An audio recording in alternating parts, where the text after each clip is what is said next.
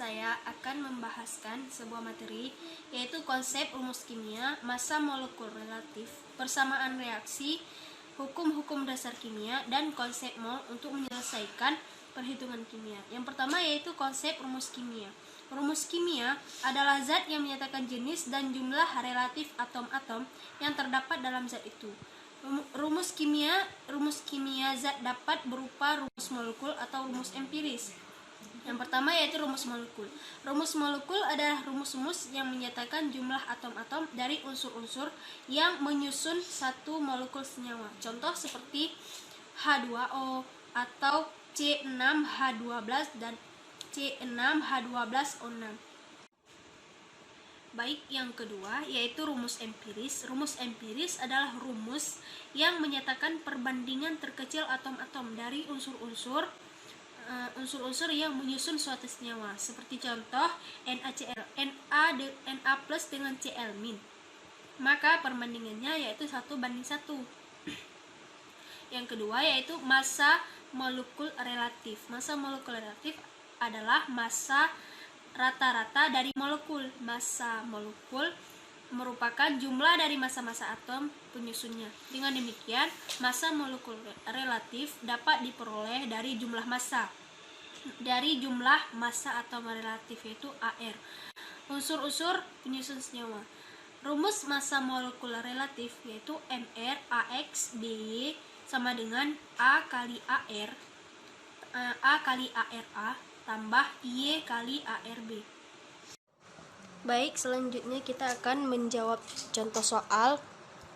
Soalnya yaitu berapakah nilai Mr pada senyawa Al2SO4 3 dengan nilai Al 27, S-nya 32, O-nya 16. Jawab yaitu kita akan mencari nilai Mr-nya. Mr buka kurung, kita kali 2 dikali karena nilai AS di belakang nilai AS-nya 2, kita tambah dengan AR-nya AL. Kemudian kita tambah 3 kali di sini kali 3 kali AR-nya S. Kemudian kita tambah 12 kali nilai AR-nya O sama dengan 2 dikali nilai AR-nya L di atas yaitu 27. Jadi kita masukkan nilainya 27, tutup kurung, kita tambah 3 kali 32 tambah 12 kali 16. Kemudian kita kalikan, kemudian kita tambahkan, hasilnya yaitu 324. Baik, soal selanjutnya yaitu jika diketahui ARH sama dengan 1, O sama dengan 16, P sama dengan 31, CA sama dengan 40, BA sama dengan 137. Tentukan MR dari CA3, PO4 2 dan B yaitu BA OH 2 kali 4H2O. Jawabannya yaitu A. Pembahasannya yaitu MRCA. CA3 PO4 sama dengan, di sini kita masukkan nilai-nilainya yaitu 3 ARCA tambah 2 kali ARP, kita tambah 8 kali ARO, itu sama dengan 3 kali nilai ARCA-nya yaitu 40. Kita tambah 2, kita kalikan dengan ARP-nya yaitu 31. Kita tambah AR 8 kali ARO-nya yaitu 16, sama dengan 310. Kemudian yang B, MR BA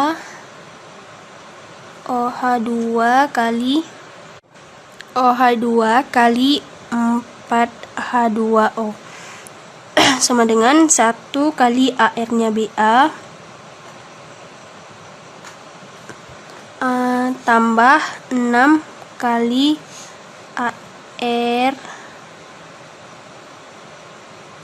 ARO kita tambah 10 kali ARH, kemudian 1 dikali AR-nya BA yaitu 137 ya, kita tambah 6 kali AR-nya O yaitu 16 tambah 10 kali AR-nya H yaitu 1 sama dengan, kita tambah dan kita kalikan yaitu sama dengan 243.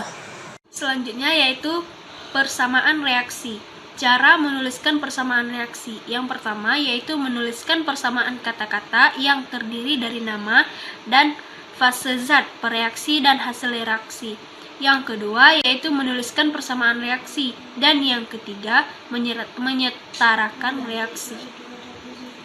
Baik, kita akan menjawab contoh soal dari persamaan reaksi. Contoh soalnya yaitu setarakanlah reaksi berikut, yaitu AL BH-nya AL, kita tambah BHNO3, C yaitu AL NO3 DH2. Yang pertama yaitu tetapkanlah koefisien salah satu zat, yaitu 1 AL-nya 1 AL S tambah BH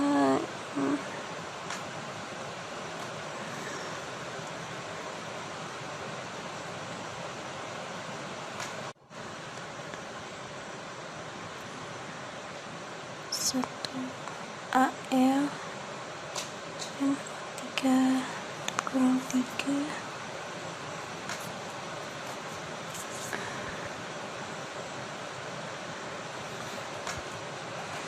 kemudian yang kedua kita setarakan pada unsur yang terkait, yaitu ada ruas kiri dan ruas. Di sini di ruas kiri itu ada AL sama dengan A yaitu nilainya 1, ada N, B itu nilainya 3. Dan ruas kanan itu ada AL nilainya 1, ada N nilainya juga 3 dan ada O nilainya 9. Maka hasilnya yaitu 1 AL S tambah 3 HNO3.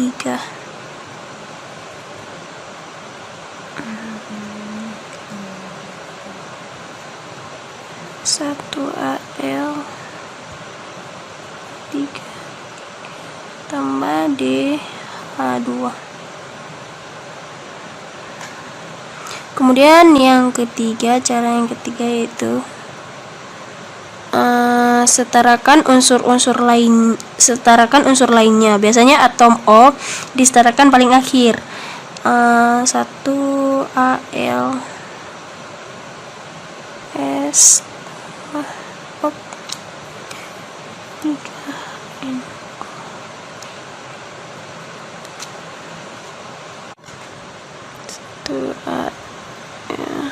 NO3.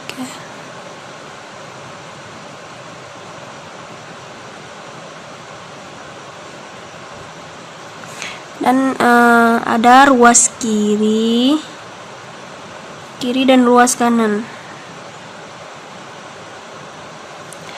Di ruas kiri itu ada H3O dengan nilai 9, Di ruas kanan ada O dengan nilai 9 dan H sama dengan 2D 3 2D.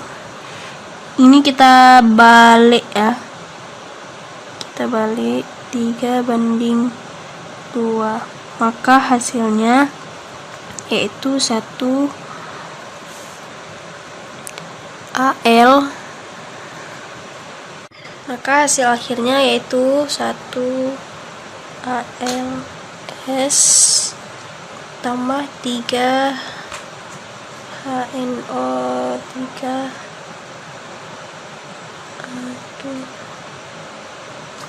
setara dengan 1 AL NO3 AQ tambah 3:2 H2 3,5 3:2. Oke, terima kasih. Assalamualaikum warahmatullahi wabarakatuh. Baiklah, sekarang kita akan belajar tentang hukum dasar kimia. Untuk lebih jelas dan mudah dimengerti, langsung saja ke video setelah ini. Jadi, hukum dasar kimia dibagi menjadi 5. Yang pertama yang dicetuskan oleh Lavoisier yaitu tentang hukum kekekalan massa. Yang kedua yang dicetuskan oleh Proust yaitu hukum perbandingan tetap. Yang ketiga yang dicetuskan oleh John Dalton yaitu hukum perbandingan berganda. Dan yang keempat yang dicetuskan oleh Guy Leusac yaitu hukum perbandingan volume. Dan yang terakhir, yang kelima yang dicetuskan oleh Avogadro yaitu hukum perbandingan jumlah partikel. Di video kali ini saya akan membahas 2 dari 5 tadi. Yang pertama hukum Lavoisier, yang kedua hukum Proust. Hukum kekekalan massa atau hukum Lavoisier.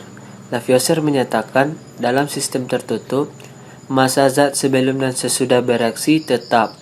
Artinya total massa dari reaktannya saat sebelum bereaksi dan total massa produknya yang sesudah reaksi sama.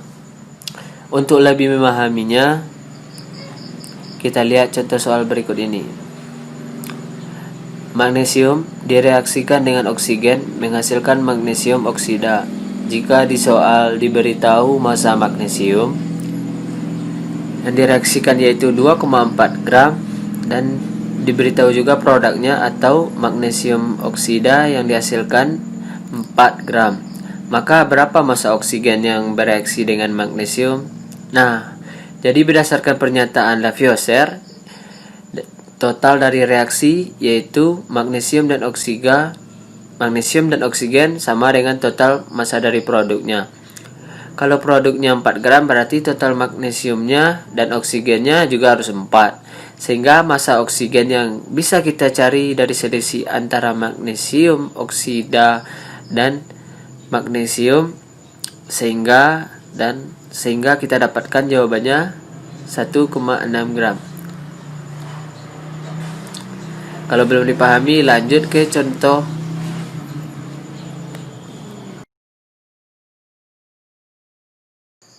Jadi pembahasannya, massa magnesium sama dengan 2,4 gram dan massa magnesium oksida sama dengan 4 gram.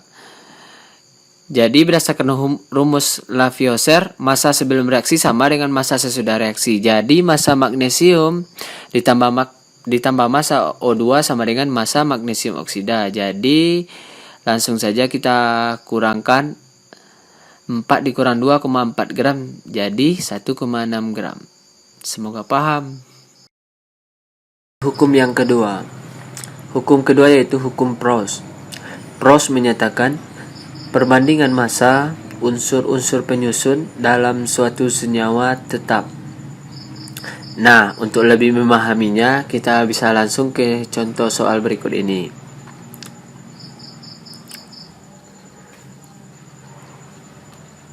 Diketahui, karbon dapat bereaksi dengan oksigen untuk membentuk karbon dioksida dengan perbandingan massa C banding O sebesar 3:8. Berapa gram CO2 yang dihasilkan apabila direaksikan yang A 6 gram karbon dengan 16 gram oksigen. Yang B 3 gram karbon dengan 10 gram oksigen. Jadi sesuai dengan pernyataan dari Proust tadi bahwa setiap kali karbon bereaksi dengan oksigen untuk membentuk CO2, perbandingan massa tetap selalu 3:8. Kita mau cari tahu berapa massa yang dihasilkan 6 gram karbon dengan 16 oksigen.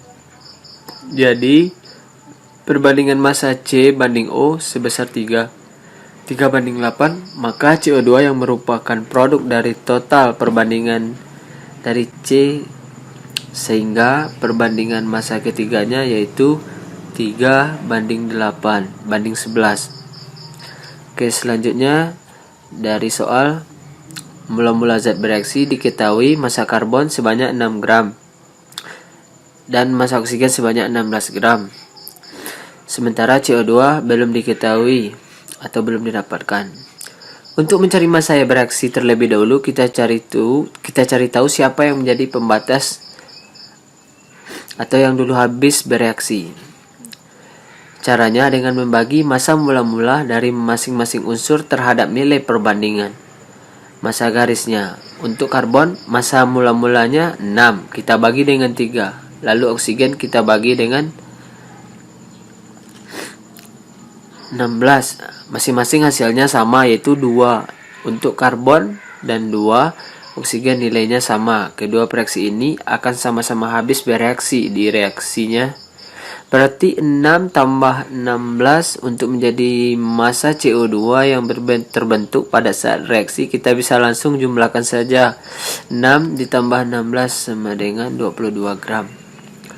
Atau dengan menggunakan nilai bandingan massa. Jadi kita bisa menggunakan perbandingan dari massa CO2 terhadap massa C, atau massa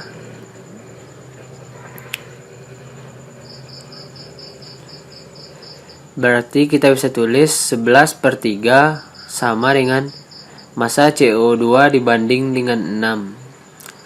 Nah, di sini dipakai nilai perbandingan antara CO2 terhadap karbon gas. Dari sini kita bisa ubah 11/3 dikali 6 dengan sehingga didapatkan CO2 yang terbentuk sebesar 22 gram. Di akhir reaksi C dan O masing-masing habis bereaksi, sementara CO2 terbentuk sebanyak 22 gram. Untuk yang B, kita buat reaksi yang sama. Nilai perbandingannya juga masih sama, 3:8:11. Mula-mulanya isikan karbon sebanyak 3 gram dan oksigen sebanyak 10 gram. Berikutnya untuk yang direaksi, kita cari terlebih dahulu siapa yang menjadi saksi pembatas dari massa mula-mulanya. Dibagi dengan 3 dibagi dengan 3 hasilnya 1, dan oksigen 10 dibagi dengan 8 hasilnya 1,25. Karena karbon memiliki hasil bagian terkecil, maka karbon menjadi reaksi pembatas. Jadi nanti karbon bereaksi 3 dibagi dengan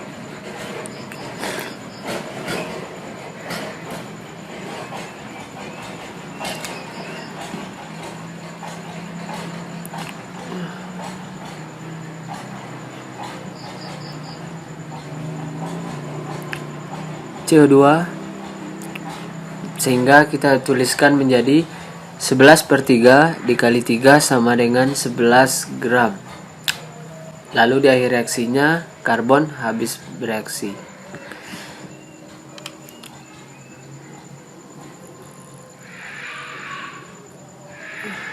Maka bersisa 2 gram dan karbon dioksidanya terbentuk sebanyak 11 gram.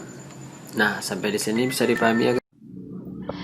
Oke, baiklah, di sini saya akan melanjutkan materi selanjutnya dari teman saya.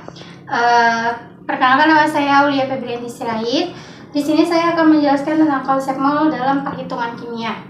Nah, yang dimana pada dalam kimia biasanya itu untuk jumlah zat itu disebut dengan mol. Nah, 1 mol zat itu biasa biasa bernilai 6,02 kali 10 pangkat 23 partikel. Nah, bilangan dari 6,02 kali 10 pangkat 23 partikel ini disebut dengan bilangan Avogadro. Oke, baiklah, di sini saya akan menjelaskan hubungan mol dengan massa, volume, jumlah partikel, dan molaritas. Nah, hubungan mol dengan massa ini yaitu biasanya massa 1 mol zat itu dalam satuan itu disebut massa molar. Yang dimana massa molar itu biasa dilambangkan dengan AR ataupun MR. Nah, di sini ada dua rumus, yaitu yang pertama untuk unsur dan yang kedua adalah untuk molekul. Untuk unsur sendiri rumusnya adalah massa sama dengan mol dikali AR. Sedangkan kalau untuk molekul sendiri yaitu massa sama dengan mol dikali MR.